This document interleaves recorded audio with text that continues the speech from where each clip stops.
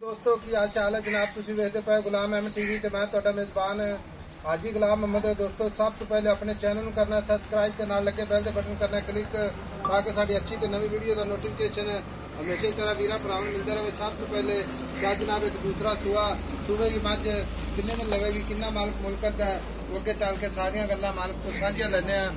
बाकी मझ माशाअल्लाह पूरी बरीक खुड्डा पुट्ठा ढाक कैमरे नजर है खब्बे का लिबास माशाअल्लाह थन बड़ा सोहना माशाअल्लाह पूरा मुठ मुठ ते पूरी लोकेशन ते कद चंगा लाम चंगी। बाकी जनाब लैने देने मुकद्दर सौदा ना नसीब दे माशाअल्लाह। भाई नवीद अस्सलाम वालेकुम जी। भाई नवीद मझ किनवा सुआ सुवेगी?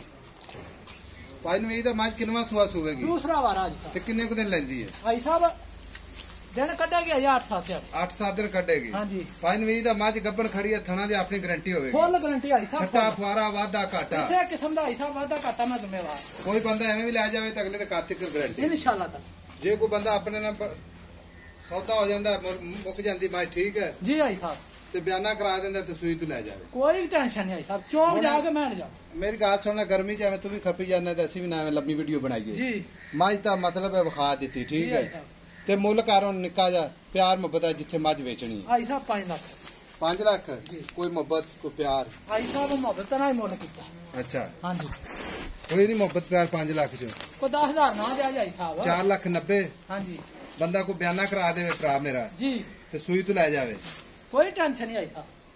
जे कोई एवं जावे तो आप कार्तिक तक मैं क्या नो तो मैं साफ होगी अल्लाह की मेहरबानी है कोई छोटी माई ले भाई नहीं तो माई सुवेगी मैं पूरी बरीक मैं नस्ल दात वेख मैं लेवे आर्डर क्वालिटियां वेख आम रूटीन के मुताबिक कितना दूध करती रहे माई कोले 14 सिर पिछले सुबह चोंदे रहे पहलन हो के 14 पहलन हो गया मैं सब जंगलियां दी मैं कागती है कागज रंगी बिल्कुल मैं दी नस्ल वेख कोई 16-17 मैंने सफाइयां किनियां नहीं साहब माई तो चंगा करेगी ऐसा ठीक हो गया कोई लामा ना आवेगा ठीक हो गया अल्लाह की मेहरबानी। लो जी 4,90,000 मुफ्त प्यार इंशाल्लाह भरावां वास्ते मजीद कोशिश करांगे जिन्नी को हो सकी।